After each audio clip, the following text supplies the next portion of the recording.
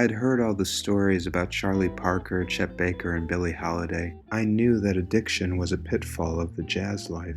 I just never thought it would happen to me. I guess no one ever does. My struggle with necktie dependency started when I began performing with jazz guitar master Bucky Pizzarelli.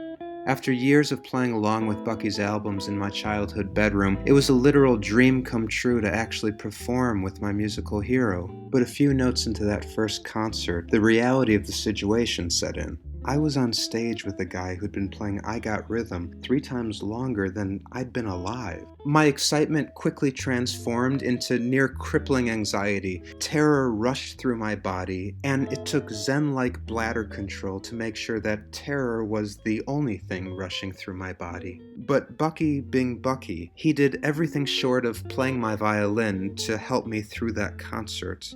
I called him the next morning to thank him, and also because I desperately wanted to hear him say anything that was even remotely positive about my playing. But when I asked Bucky for a critique of my performance, he just burst out laughing. Now, over the years, I learned that laughter for Bucky was like shalom for the Jews. It meant different things in different situations. I've seen Bucky laugh in response to everything from hearing an amazing jazz solo, to hearing the opposite of an amazing jazz solo, to someone giving him a jar of homemade meatballs. Eventually, Bucky stopped laughing. He cleared his throat, and in that singular voice befitting a man affectionately known as the godfather of jazz guitar, he said to me, "Now listen, always wear a tie."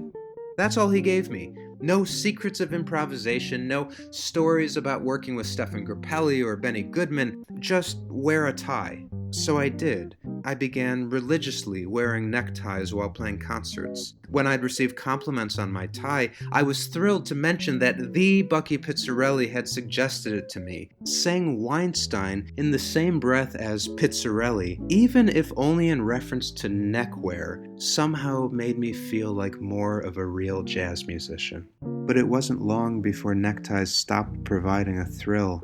I needed a new high, and I found it. The bow tie.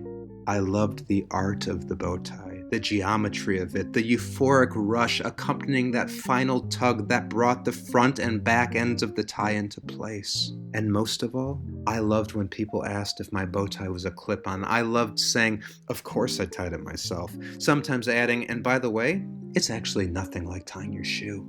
I was hooked. Soon I couldn't leave my apartment, even for a quick trip to the grocery store, without first fixing that perfect knot. And yet I was in complete denial of my habitual overdressing.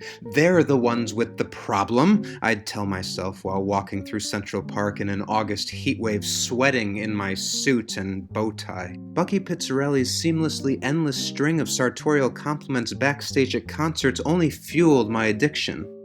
I have tried kicking my habit. I canceled my subscription to the Bow Ties of Vermont catalog. I even look the other way when passing the windows at Brooks Brothers. Sometimes I managed to live tie-free for days at a time. Once I even went a week without wearing one, but invariably I relapse.